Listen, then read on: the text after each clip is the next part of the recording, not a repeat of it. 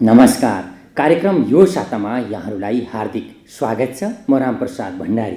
दर्शकवृन्द, मुलुकको समसामयिक राजनीति र जनसरोकारका महत्त्वपूर्ण विषयमा हामी यस कार्यक्रममा विचार विमर्श गर्दै आएका छौँ। यसै क्रममा आज हामीले स्टुडियोमा निम्ताएका छौँ सङ्घीय मामिला तथा सामान्य प्रशासन मन्त्री हृदय त्रिपाठीलाई। उहाँसँग खास गरी कोरोना भाइरसको रोकथाम र नियन्त्रणका लागि सरकारले गरेका प्रयास लगायत मुलुकमा विकसित पछिल्लो राजनीतिक घटनाक्रमका विषयमा केन्द्रित रहेर कुराकानी गर्दैछौँ। मन्त्रीज्यू, यहाँलाई कार्यक्रममा स्वागत छ। धन्यवाद छ। खास गरी यति बेला मुलुक लकडाउनमा छ। 1 महिनाभन्दा बढी अवधि भइसक्यो लकडाउन भएको र कोरोना भाइरसको रोकथाम र नियन्त्रणमा सरकार केन्द्रित भइरहँदा यो लकडाउनको समीक्षा अथवा यसको रोकथाम र नियन्त्रणको समीक्षा सरकारले कसरी गरेको छ? पहिलो कुरा त यो सबभन्दा उचित समयमा सरकारले लकडाउन गर्यो, जसको प्रतिफल अहिले देखिया छ। कोरोना भाइरसको जुन प्रकोप छ त्यसलाई नियन्त्रण गर्न हामी सफल पनि भएका छौँ र यसको अब जनजीवनलाई पनि यसले पार्ने असर, यो सहयोगी जीवन बचाउनलाई हामीले जनजीवन कष्टकर भएकै छ। तथापि पनि विशेष गरी कृषि क्षेत्र लगायतका क्षेत्रहरूलाई हामीले अलिकति खुग्नु नै गरियो। जस्तो अस्ति गहुँ पाली काट्ने भित्राउने काममा चाहिँ किसानहरूले अगाडि नै बढ्नुभयो। हामीले एउटा के बुझ्नुपर्छ भने अझै पनि हाम्रो देशको जिडिपीकोमा कृषिको योगदान 27% छ। र तर लगानी त्यो अनुकूल नभए पनि कृषिले धानेको छ। 65% जनसङ्ख्या यसैमा आधारित छन्। यो क्षेत्रलाई बढी हामीले त्यो गरौँ, अलिकति अगाडि बढिएको छ। त्यस्तै सहरी जनजीवनलाई पनि कसरी सरल तुल्याउने, आपूर्ति व्यवस्था सुचारू नै छ, केही कुराहरू कमी आएको छैन र राहतका कामहरू पनि सरकारले विशेष गरी चैत्र 16 गतेको निर्णय पश्चात स्थानीय तह र वडा कार्यालय मार्फत राहतग्राहीहरूको पहिचान गरेर सक्दो राहत उपलब्ध गराउने काम पनि हामी अगाडि बढायौँ र झनै हामीले यो राहत वितरणको यदि पछिल्लो तथ्याङ्क मैले यहाँ अलिकति प्रष्टै पारौँ के छ भने हिजोसम्मको 9,10,447 परिवारलाई राहत चाहिँ उपलब्ध गराइएको छ देशभरि नै। अब यसलाई प्रति व्यक्ति यदि 1200 को राहत मात्रै हेर्ने हो भने 1500 पनि छ, 1800 पनि छ।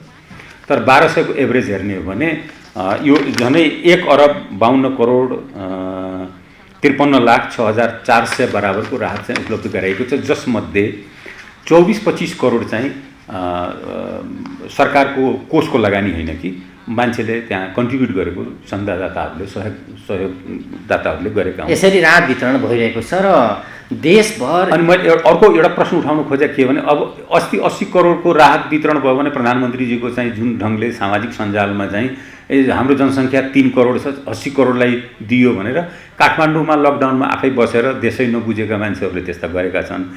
यो यति परिवारलाई राहत वितरण गराएको र एक परिवार यदि 4 को हिसाबले हेर्ने भने त झनै हामी चाहिँ 35-36 लाख जनसङ्ख्यालाई राहत वितरण गराएको उपलब्ध छ। राहत हो, यो अधिकार होइन। जसले साह्रै अवस्थामा अप्ठ्यारो अवस्थामा परेका थिए तिनलाई उपलब्ध गराइएको छ र अब कहीँ अलिकति पुगेन होला पनि, त्यो पनि म दावा गर्दिनँ। तर पनि सरकारले एक द्वार प्रणालीले वडा कार्यालय मार्फतै राहत वितरण गराएको हुनाले भूकम्पमा जुन विकृति हामीले देखेका थियौँ, कहीँ राहत 10 ठाउँमा 10 चोटि पुग्ने, कहीँ पुग्दै नपुग्ने, त्यो विकृतिलाई हामी चाहिँ कम गर्नमा सफल भएका छौँ। अब खास गरी मन्त्रीज्यू, अहिले राहत वितरणको यहाँले जुन डेटा प्रस्तुत गर्नुभयो, देशभर 753बाटै स्थानीय तहले अहिले खास गरी राहत वितरण गरिरहेको अवस्था छ र सक्रिय रूपमा विपन्न, गरिब, असहाय व्यक्तिहरूलाई राहत पुर्याउन खटिएको अवस्था पनि छ र यसको समग्र अनुगमन मन्त्रालयले पनि गरिरहेको छ, जुन यहाँले आफैले नेतृत्व पनि गरिरहनु भएको छ। निरन्तर भिडियो सम्पर्क मार्फत यहाँले त्यहाँका समस्याहरू सुन्नु भएको छ। अहिले राहत वितरणमा देखिएका समस्याहरू के हुन्? खास गरी कतिपयले राहत पाउन प्रक्रिया झन्झटिलो भयो, राहत सहज रूपमा प्राप्त गर्न सकिएन, पारदर्शी भएन भन्ने गुनासाहरू पनि सुनिएका छन्। यसको अनुगमन कसरी गर्नुभएको छ? यस्तो छ, अब राहत दिने संस्था या स्थानीय तह विशेष गरी वडा कार्यालयमा नपुगेकोलाई अप्ठ्यारो भएको छ। तर त्यो पनि हामीले सहज गरायौँ। पछि पहिले जुन फर्म भर्ने, नागरिकता दिनुपर्ने लगायतका कुराहरू थियो, त्यसले बाधा भएपछि अब स्वयं स्थानीय तहले त्यसले खुकुलो पार्यो र गरि नै रहेको छ। राहतमा त्यति साह्रो चाहिँ अलिकति अप्ठ्यारो आएको छैन। अब चाहिँ स्थिति के छ भने राहत चाहिँ श्रमसँग जोड्ने, राहत भनेको अब श्रमसँग जोडेर हामी यो जनसङ्ख्यालाई जो राहत योग्य छन् या लाभग्राही छन् श्रमसँग कसरी जोड्ने भन्ने कुरामा सरकार चाहिँ गृह कार्य गरिरहेको छ र छिट्टै नै त्यो हामीले चाहिँ सार्वजनिक गर्नेछौँ। मलाई लाग्छ मन्त्री परिषदले निर्णय गरेर श्रमसँग कसरी जोड्ने, यो अब राहत मात्रै दिएर पनि भएन, त्यहाँ त्यो निष्क्रिय भएर त्यो जनसङ्ख्या बस्नुभन्दा केही सामान्य कामहरू श्रमसँग हामी जोड्नको लागि त्यसमा उद्योग सञ्चालनका कुराहरू पनि छन्, स्थानीय विषयहरू पनि छन्। यो रोजगारीसँग जोडिएको प्रश्नले गरिराख्दाखेरि कहिलेतिर कति समय लाग्छ यो विषयले एउटा कार्यान्वयन? अनि आज भोलि नै हामी चाहिँ यसलाई चाहिँ सार्वजनिक गरिनेछ। हजुर मन्त्रीज्यू, अब अलिकति प्रसङ्ग बदल्न चाहन्छु। यति बेला मुलुकमा राजनीतिक सरगर्मी अलिकति बढेको छ, खास गरी पछिल्ला राजनीतिक घटनाक्रम जुन सरकारले 2वटा अध्यादेश जारी गरेसँगै एउटा राजनीतिक तरङ्ग उत्पन्न भएको छ र नयाँ राजनीतिक घटनाक्रम पनि सुरु भएको छ। यसलाई यहाँले कसरी हेर्नु भएको छ? अनि पहिला कुरा के हो भने यो हामीले निर्वाचनमा जानुपर्छ। विगतको निर्वाचनमा 2टा दल, नेकपा एमाले तत्कालीन र नेकपा माओवादी र हामी स्वयं पनि त्यसैमा स्वतन्त्र राजनीतिक समूह पनि एउटा वाम गठबन्धनको हिसाबले हामी निर्वाचन लड्यौँ। नेपाली जनताले त्यसलाई अत्यधिक मत दिएर यो ठाउँमा पुर्याएका छन्। अहिले आएर त्यसपछि 2टा पार्टी एकीकरण पनि भयो। त्यो 2टा हस्ताक्षरकारीमा एउटा सामान्य प्रधानमन्त्री केपी शर्मा ओली र अर्को चाहिँ आदरणीय नेता कमरेड प्रचण्ड, उहाँहरू हस्ताक्षर गरेर 2टा पार्टीले एकीकरण गर्नुभयो। बुझ्न के पर्छ भने अहिले को यो सरकारको अथवा चाहिँ नेकपाको चाहिँ सफलता विफलता मात्र पार्टीको सफलता विफलतासँग जोडिएको छैन, यसले राजनीतिक कोर्ससँग जोडिन्छ। किनभने हामीले नयाँ संविधान जारी गरिसकेपछि यो पहिलो निर्वाचन भएको हो र हाम्रो चाहिँ आकाङ्क्षा पनि के हो भने यो 2जना नेताहरूको बिचमा धेरै कुरा निर्भर गर्छ। वरिपरि नेपालको राजनीति त्यही वरिपरि घुमिरहेको छ। उहाँहरू 2टै हस्ताक्षरकारी भएको हुनाले 2टै मिलेर नै त्यो जनमत जुन विगतको निर्वाचनमा प्राप्त गरिएको जनमतको सम्मान र कदर गर्नुपर्छ। र अब विभिन्न आन्तरिक चाहिँ समस्याहरू देखा पर्छन्, त्यो हरेक पार्टीहरूमा देखा परेका छन्। अझै पनि उहाँहरूको एकीकरणको प्रक्रिया टुङ्गिसकेको अवस्था छैन। सरकारले गरेका काम कारबाहीहरूमा पनि एक किसिमको मूल्याङ्कन गर्ने, सरकारले पनि आफ्ना काम कारबाहीलाई पनि अगाडि जनमत समक्ष बुझाउन नसक्ने पनि एउटा कमजोरी पनि त्यहाँ पनि देखियो। गरेको काम जस्तो मैले राहतको काम हामीले 80 करोड बराबरको राहत देशभरि बाँडिएको छ। काठमाडौँ बस्ने मान्छे काठमाडौँ मात्रै बुझ्छन्, त देशभरिको कुरो हो भन्दाखेरि प्रधानमन्त्रीलाई उपहास गरियो भनौँ। अब त्यसैले पनि कतिपय नेताहरूले अब हामीसँग डाटा छ, स्थानीय तहले पठाएको चाहिँ रिकर्ड छ र त्यो वितरण भइरहेको छ। यस्तै कुराहरू के भने कतिपय कामहरू चाहिँ अगाडि बढ्दा पनि भएन। त्यसकारण मैले भन्न खोजेँ के भने यी 2 नेताको एकता, पार्टीको एकता, 2 नेताले सोचेर नै गर्नुभएको होला यो एकता चाहिँ, र त्यो अनुमोदित पनि भएको छ। अब त्यो एकतामा चाहिँ नेपालको राजनीतिक आगामी प्रक्रिया, राजनीतिक कोर्स धेरै निर्धारित छ। संविधानको विफलता र असफलता पनि त्यसैमा निर्भर छ। हजुर, अब अहिले खास गरी राजनीतिक वृत्तमा सरकारले अध्यादेश ल्याएसँगै, यद्यपि अध्यादेश खारेज भइसकेको अवस्था छ, अध्यादेश जारी गरेसँगै सरकारको उद्देश्य राजनीतिक दल फुटाउनु थियो, त्यसैले एउटा राजनीतिक अस्थिरता बढ्ने स्थिति देखियो मुलुकमा भनेर सरकारको आलोचना गर्ने पनि प्रशस्ति छन्। पहिला कुरा खास गरी यो छलफलै नगरिकन यो अध्यादेश आयो भन्ने कोणबाट पनि विश्लेषण गरिएको छ। तपाईँ पनि लामो समयदेखि मधेसको राजनीतिमा निकै सक्रिय रहँदै आउनु भएको छ, तपाईँले कसरी यसलाई मूल्याङ्कन गर्नुभएको छ? पहिला कुरा त अध्यादेशको ल्याउनु पार्टी फुटाउनलाई र पार्टी जुटाउनलाई, आखिरमा अध्यादेश आएपछि पार्टी त जुटेको देखिन्छ भने त्यही तर्कले पनि के खण्डित गर्छ भने अध्यादेशले को भयले पार्टीहरू सञ्चालन हुँदा नेतृत्वको चाहिँ जुन एउटा निरङ्कुश प्रवृत्ति हुन्छ, अध्यक्ष लगायत अध्यक्ष मण्डलहरू जो छन् त्यहाँ तिनीहरू आफै भयभीत हुन्छन्। यो कारणले गर्दा त्यो मौका पाए कि पार्टी फुटिहाल्छ कि भनेर, तर त्यो पार्टीको आन्तरिक जीवनले निर्धारित गर्ने हो। कुनै पनि पार्टी बाह्य कारणले भन्दा पनि आन्तरिक जीवनले नै विभाजित हुन्छ र आन्तरिक जीवनले नै एकीकृत पनि हुन्छ। अब रह्यो 2टा पार्टी जो अहिले 2टा मधेसका पार्टीहरू जुन एकत्रित भए, त्यो चाहिँ एउटा चाहिँ सकारात्मक नै हो। उहाँहरूको प्रयास पहिले पनि भइरहेको थियो। एउटा पार्टीले कहिले मान्ने, कहिले बढाउने, कहिले अर्को पार्टीले त्यसलाई स्वीकार नगरेको हुनाले मात्रै भएको थियो। अहिले तर यसको प्रभाव भनेको जम्मा 2 नम्बर प्रदेशमा यो पार्टी एकीकरण जुन र नयाँ पार्टी जुन गठनको अहिले कुरा आइरहेको छ, त्यसको प्रभावको क्षेत्र भनेको 2 नम्बर प्रदेश चाहिँ हो। उहाँहरू 2 नम्बर प्रदेशमा निर्वाचन अगाडि पनि तालमेल गरेर नै निर्वाचन लड्नु भएको थियो। 2 नम्बर प्रदेशमा उहाँहरूको सरकार पनि छ र अहिलेको जुन एकीकरण छ त्यो एकीकरणले चाहिँ प्रभाव पार्ने भनेको 2 नम्बर नै। यो 1 नम्बर प्रदेश, 5 नम्बर प्रदेश, 7 नम्बर प्रदेशमा त्यति साह्रो त्यसको असर छैन। म एकदमै नजिकैबाट निहालिरहेको छु र अर्को पनि के छ भने जस्तो डाक्टर बाबुराम भट्टराई, अशोक राईजीहरू हुनुहुन्छ, उहाँहरूको आफ्नो आफ्नो निश्चित पकेटमा प्रभाव भएको हुनाले जोडिन पुग्यो। तर मूल कुरो के बुझ्नुपर्छ भने मधेसको समस्या मैले सुरुदेखि नै भने र त्यसैले म वाम गठबन्धन को हामी हिस्सा भयौँ, स्वतन्त्र राजनीतिक समूह। मधेसको समस्या देशको समस्या हो। यसलाई हामीले क्षेत्रीय समस्याको रूपमा हामीले हेऱ्यौँ, अरूले चाहिँ यो क्षेत्रकै समस्या भने हेरे। त्यसले गर्दा यसमा बलिदान धेरै भयो तर उपलब्धि भएन। जबसम्म यो समस्यालाई हामी देशको समस्या बनाउन सक्दैनौँ, जबसम्म राष्ट्रिय भनिने पार्टीहरूले यसलाई समाधान गर्दैन, त्यस बेलासम्म हुँदैन। त्यसकारण त्यो 2 दलको जुन एकीकरण भएको छ त्यो 2 दलको एकीकरण सकारात्मक मैले भनि नै हालेँ, सकारात्मक नै छ। तर यो अझै पनि त्यो मधेसको लाई त्यसले सम्बोधन गरेको छैन, त्यसले 2 नम्बर प्रदेशलाई मात्रै सम्बोधन गरेको छ। मैले राष्ट्रिय एजेन्डाहरूलाई सम्बोधन गर्न सकेन भन्ने यहाँको कुरा। 2 नम्बर प्रदेशमा उहाँहरूले सहज सरकार चलाइराख्नु भएको थियो, निर्वाचन लड्नु भएको थियो। त्यसलाई अलिकति झन् अझ कङ्क्रिट अझ ठोस रूपमा उहाँहरूले आउनुभएको। त्योभन्दा बढी 1 नम्बर प्रदेश, 5 नम्बर प्रदेश, 7 नम्बर प्रदेश अन्य प्रदेशहरूमा त्यसको कुनै खासै प्रभाव चाहिँ पर्दैन। त्यसलाई उहाँहरूले चाहिँ जुन एउटा चाहिँ सशक्त अथवा चाहिँ मजबुत बनाउनु भयो त्यो चाहिँ सकारात्मक। तर अब यो सरकारले अध्यादेश जारी गरिसकेपछि त्यसको प्रभाव राजनीतिक दलमा परिरहेछ। अरू राजनीतिक दलले पनि त्यसको आलोचना गर्ने क्रम बढेको छ।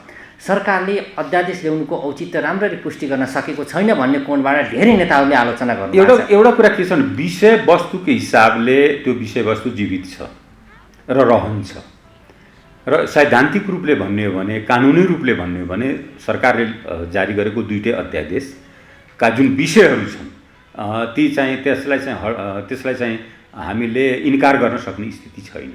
ती विषय रहिरहन्छन् र कुनै न कुनै रूपमा पछि पनि त्यसको आवश्यकता सबैले महसुस गर्छन्।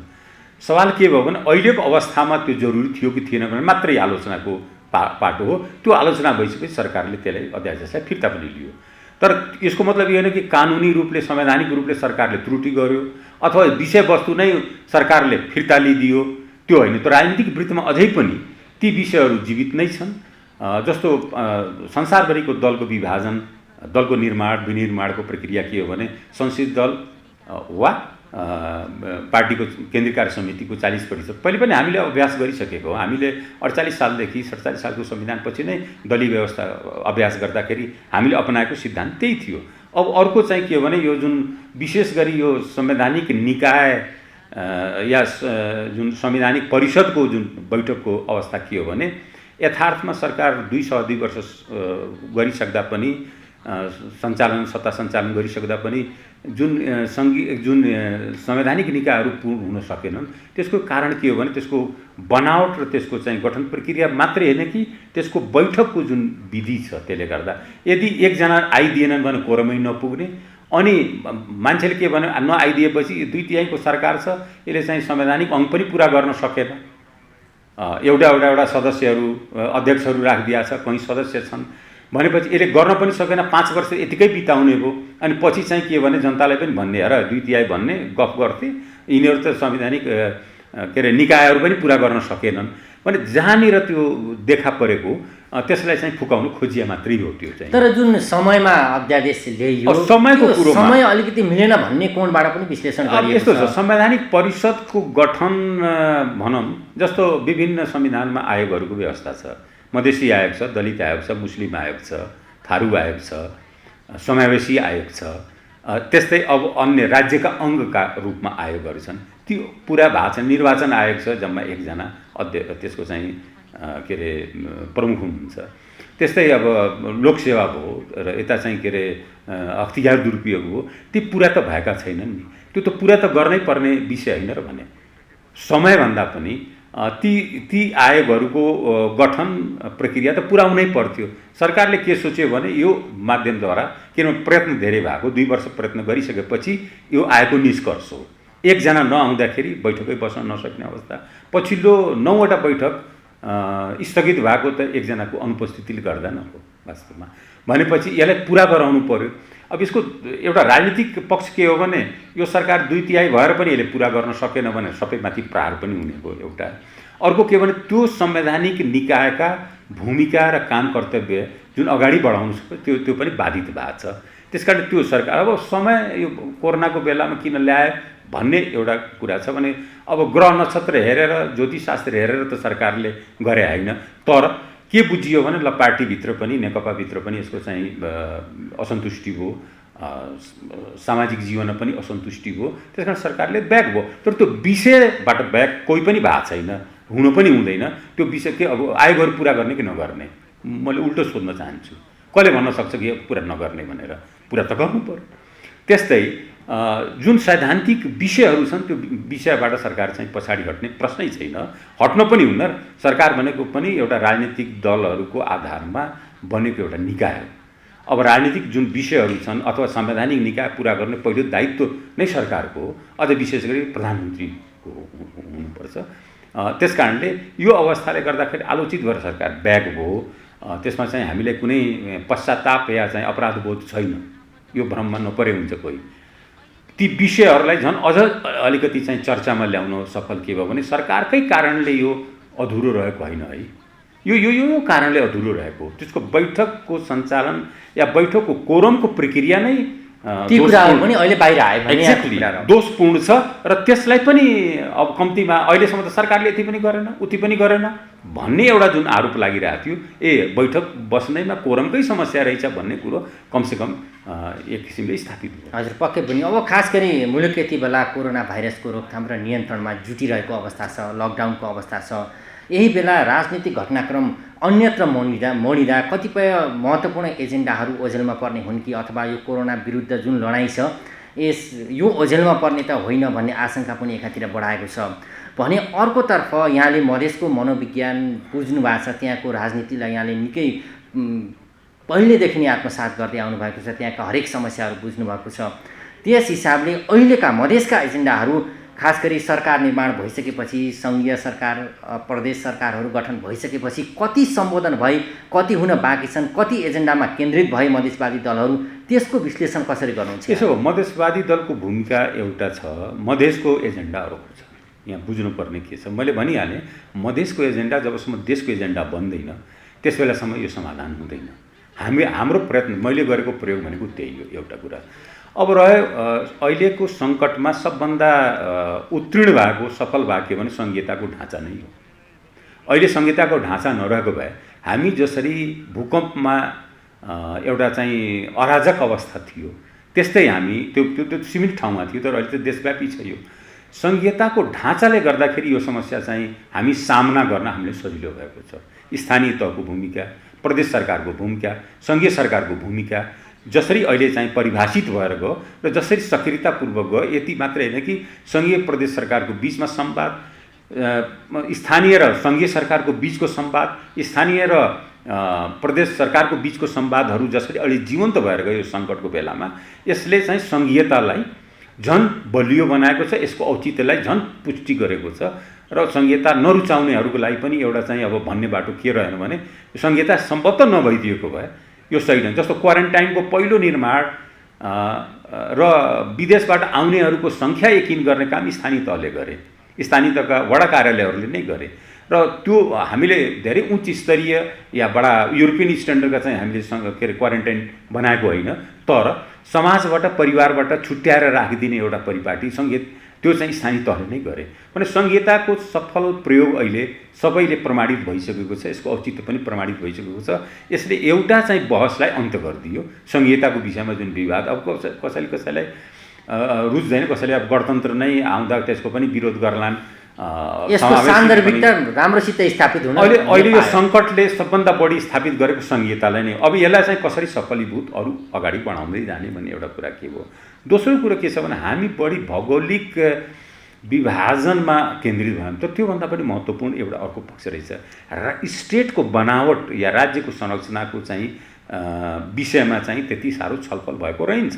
जस्तो म एउटा उदाहरण दिन्छु, अहिले मैले जुन सम्हालिरहेको मन्त्रालयमा के देख्छु भने जुन निजामती सेवाको बनावट छ त्यसमा के छ भने प्रशासन समूहको सङ्ख्या आवश्यकताभन्दा अलिक 70% बढी छ। र प्राविधिकहरूको सङ्ख्या कम छ। अहिले हामी खट्कियो के यो सङ्कटमा भने प्राविधिकहरूको सङ्ख्या कम भएको खट्कियो। जस्तो चिकित्सा का प्राविधिकहरू, त्यसपछि चाहिँ यो इन्जिनियरहरू लगायतका प्राविधिकहरूको सङ्ख्या खट्किएको अवस्था छ। त्यसकारण त्यतातिर ध्यान कसैको गइन्छ। यो सङ्कटले त्यतातिर ध्यान आकर्षण पनि गरा। अर्को भनेको के भने यसले अर्थतन्त्रमा ठुलो प्रभाव चाहिँ पारिसक्यो, विश्वले नै पारेछ, हामी कहाँ पनि यसलाई प्रभाव पार्छ। त्यसकारण आउँदो जुन बजेट हो त्यसमा सरकार दत्तचित भएर के लाग्न खोजेको छ भने हामीले कुन प्राथमिकताका क्षेत्रलाई बढी प्राथमिकतामा राख्ने र किनभने अब चाहिँ बजेटलाई एक किसिमले परिभाषित गर्नुपर्ने अवस्था छ। कृषि क्षेत्र जो उपेक्षित थियो त्यसलाई धानिरहेछ, त्यसमा कसरी विदेश समग्र क्षेत्रमा परेको प्रभावकै एउटा मूल्याङ्कन गर्नुपर्ने र त्यसै अनुसार सरकार त्यसमा लागिरहेछ। त मैले भन्न खोजेको सरकार त्यसमा दत्तचित भएर लागिरहेछ। विभिन्न त्यसका चाहिँ मन्त्रालयहरू भए, सम्बन्धित स्वयं क्याबिनेट भयो, यता मुख्य सचिव लगायतका सचिवहरू सबै त्यसमा अहिले लागिराख्नु भएको छ। अब यो अवस्थामा त्यसैले कोरोना विरुद्धको लडाईँ खालि एउटा रोग विरुद्धको लडाईँ मात्रै होइन कि यसले पार्ने सामाजिक आर्थिक जीवनका विरुद्ध यसले के प्रभाव पार्छ त्यसमा पनि सरकार चाहिँ दत्तचित भएर लागिरहेको छ र आउँदो बजेटमा चाहिँ त्यसको चाहिँ रिफ्लेक्सन देखिन्छ। किनभने हामी अब कुन विषयलाई आयात, अस्ति पनि राहतको विषयमा हामी विदेशी मदिरा 50 लाखभन्दा बढीका विदेशी गाडीहरू आयातमा रोक लगाए, अरू पनि आयातमा रोक लगाइएको छ। त्यस्तो अब आयातहरूमा रोक लगाउनु पर्ने स्थिति छ। कस्मेटिकहरूमा आयातमा रोक लाग्न सक्ने स्थिति छ।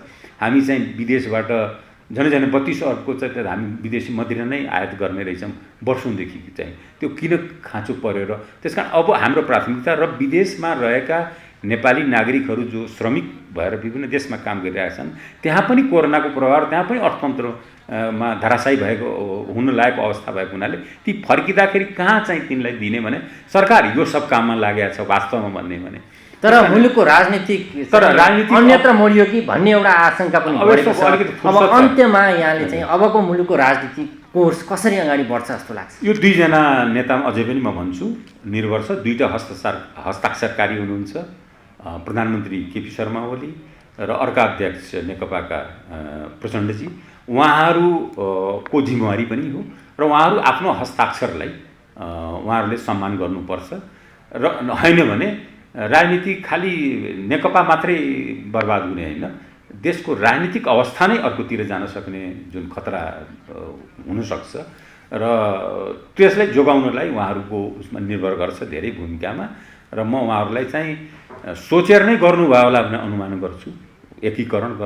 एकीकरणको प्रक्रियाले पुरा गर्ने र अहिलेको देशले जुन कोरोना पछि जुन अवस्था जुन आएको छ, सामाजिक आर्थिक जुन चुनौतीहरू आएका छन् त्यो चुनौती पार गर्नमा उहाँहरू दुईजना नेतृत्व चाहिँ एकजुट भएर लाग्नुपर्छ, अर्को विकल्प छैन। हवस् त, यहाँ कार्यक्रममा आएर आफ्ना महत्त्वपूर्ण विचारहरू राखिदिनु भयो, यहाँलाई धन्यवाद। धन्यवाद। आदरणीय दर्शकवृन्द, हामीले कुरा गऱ्यौँ सङ्घीय मामिला तथा सामान्य प्रशासन मन्त्री हृदय त्रिपाठीसँग। आजलाई कार्यक्रमबाट बिदा चाहन्छौँ। नमस्कार।